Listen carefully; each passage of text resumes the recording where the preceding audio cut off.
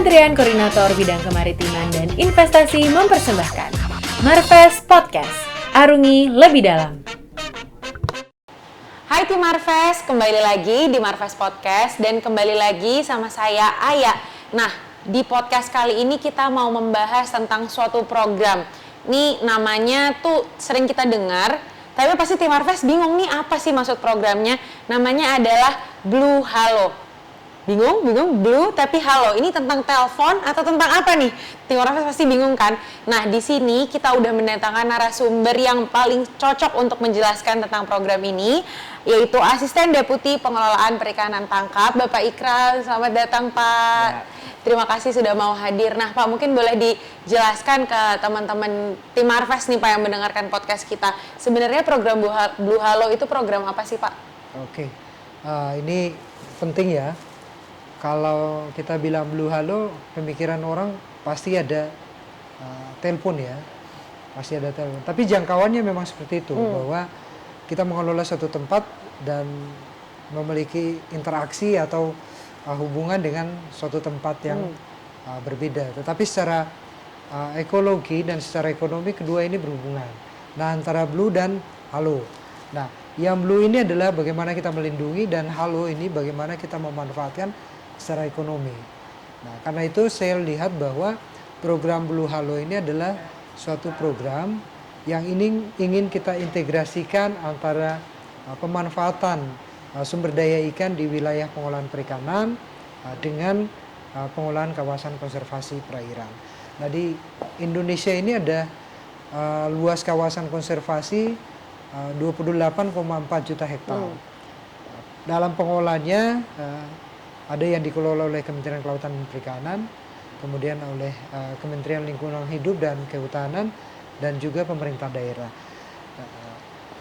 Kawasan konservasi ini kadang dilihat bahwa interaksinya sangat sifatnya proteksi. Jadi kadang dibilang NPE is no take area.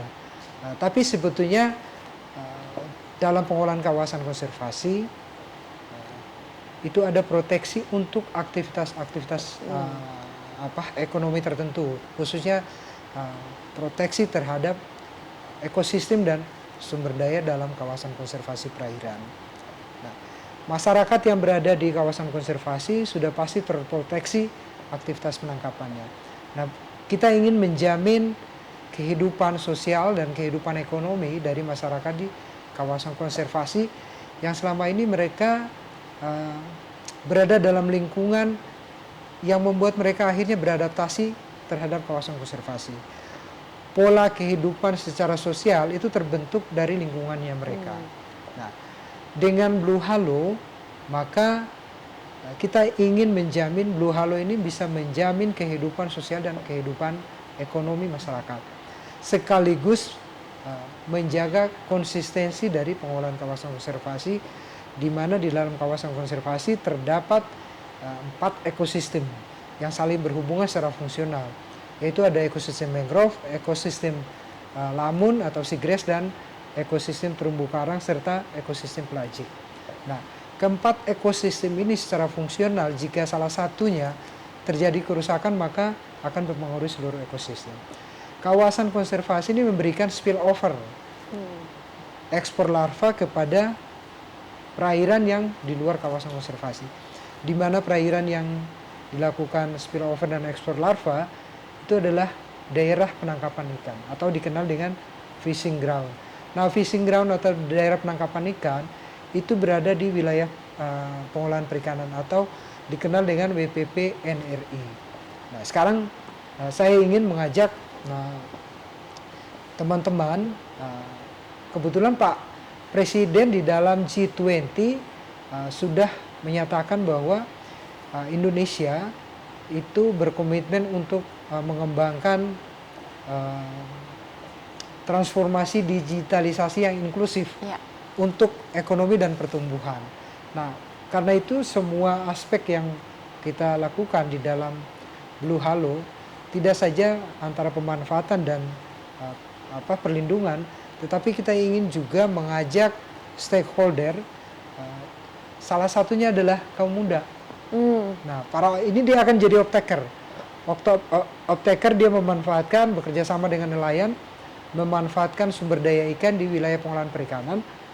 Kemudian dia bisa membuat pembinaan, kemudian pelatihan, dan melibatkan kaum muda di kawasan konservasi, terutama para nelayan, sehingga ini akan menjadi sebuah model pengolahan yang lebih terintegrasi, pengolahan yang melibatkan semua sektor, semua stakeholder. Nantinya kawasan konservasi atau sumber daya ikan yang ditangkap yang memiliki hubungan dengan kawasan konservasi itu memiliki nilai ekonomi, nilai harga yang lebih tinggi dibandingkan dengan ikan yang tidak dimiliki atau tidak dilakukan sertifikasi. Kami ingin dalam sistem pemasaran itu juga menjadi bagian yang tidak terpisah. Artinya ikan yang dipasarkan itu harus diketahui traceability-nya, jelas penangkapannya, di mana daerah penangkapannya, terdata apa tidak, dan dari aspek perlindungan konsumen itu harus ada yang disebut dengan food security. Nah, dengan Blue Halo ini semua terintegrasi. Jadi hilir hulur mulai dari sosial ekonomi masyarakat, kemudian perlindungan terhadap kawasan konservasi, pemanfaatan sumber daya ikan, dan sistem pemasarannya. Jadi terintegrasi di dalam satu sistem. Nah, ini yang kita kenal dengan nama Blue Halo. Blue-nya di sini, halonya bisa menjangkau semuanya. Daerah penangkapan, kemudian daerah pemasarannya. Nah, Pak, tadi kan Bapak juga menyampaikan kalau dari Presiden Jokowi juga untuk G20 juga menyampaikan untuk transformasi digital dan salah satunya bisa melewati program Blue Halo ini, Pak. Nah, beberapa waktu lalu Pak Menko Marves, juga Menteri KKP dan perwakilan dari Bank Dunia juga habis melaksanakan dialog terkait Blue Halo ini ya, Pak. Nah, itu sebenarnya progresnya sudah sejauh mana sih, Pak? Dan Blue Halo ini urgensinya untuk Indonesia tuh sebutuh apa kita, Pak, akan program ini? Ya, memang kalau kita lihat dari paradoksnya, yang pertama paradoks ekonomi itu kita bidang perikanan ini belum memberikan dampak yang signifikan terhadap pertumbuhan ekonomi nasional. Dia masih di bawah 4% dari PDB secara nasional. Yang kedua, paradoks kedua adalah belum terintegrasi sistem pengolahan. Sehingga laut ini pada akhirnya tidak dilihat memiliki hubungan, baik hubungan secara fungsional maupun hubungan secara struktural melalui fungsi-fungsi pengolahan yang dilakukan oleh pusat dan pemerintah daerah. Nah, kemudian challenge-nya kita adalah bagaimana dengan Blue Halo bisa meningkatkan pertumbuhan ekonomi, kemudian melibatkan pelaku usaha perikanan, dan saya berharap pelaku usaha perikanan tidak didominasi oleh pelaku usaha yang lama. Ini akan kita ingin tumbuh kembangkan pelaku-pelaku usaha yang baru, semacam startup seperti itu. Nah, sehingga dengan transformasi digital itu orang bisa berusaha melakukan usaha. Nah, transformasi digital di bidang kelautan inilah yang sebetulnya perlu dikembangkan ya, Pak. Harus kita kembangkan.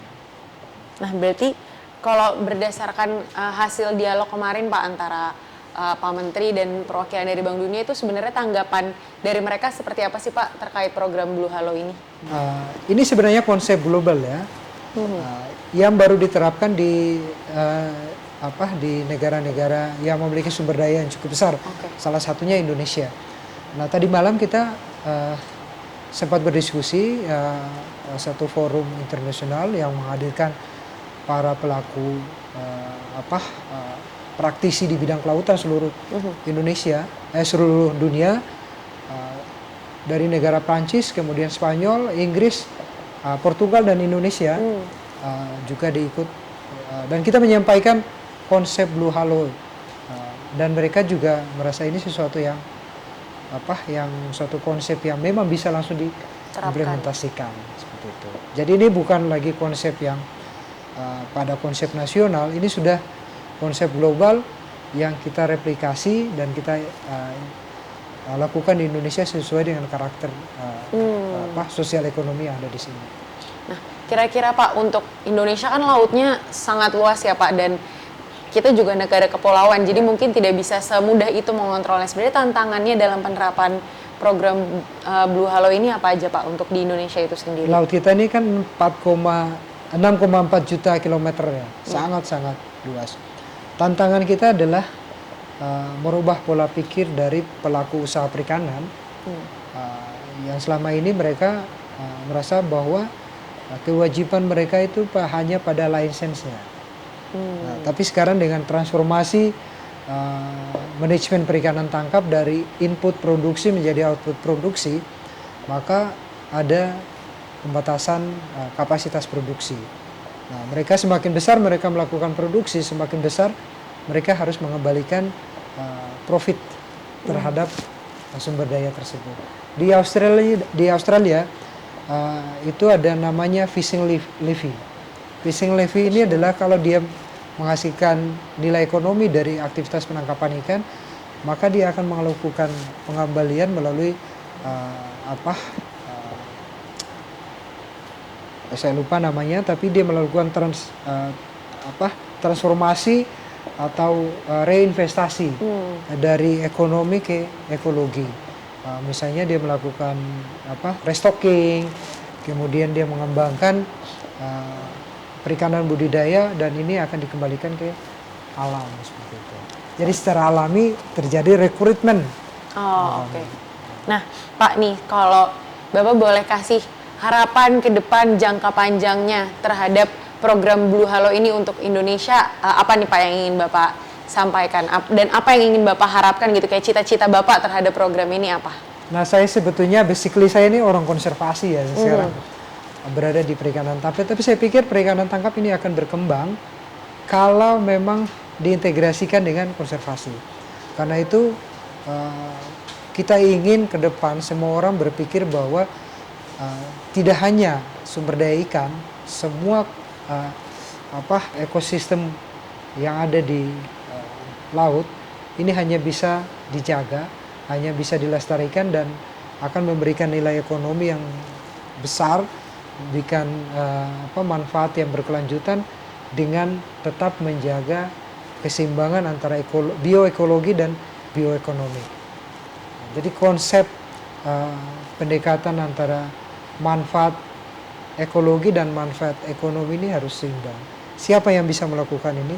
Tentunya pemerintah sebagai regulator dan stakeholder lain, baik public private, kemudian pemerintah daerah, dan yang kita termasuk masyarakat termasuk sendiri, masyarakat sendiri yang tidak bisa lepas. Walaupun mereka adalah objek dari suatu kegiatan, tapi saya kira masyarakat tidak akan mau mengikuti kita kalau kita tidak memikirkan kehidupan ekonominya.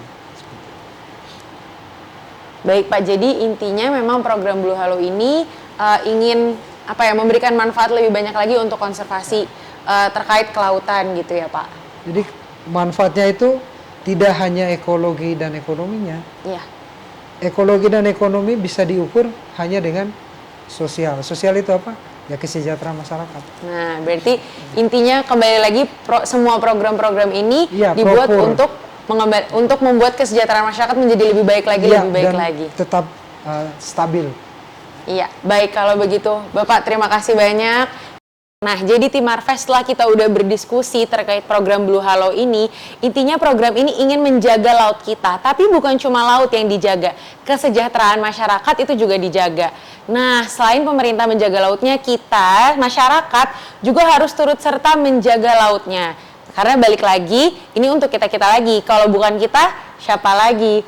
Tim Marves, jangan lupa untuk like, share, dan komen.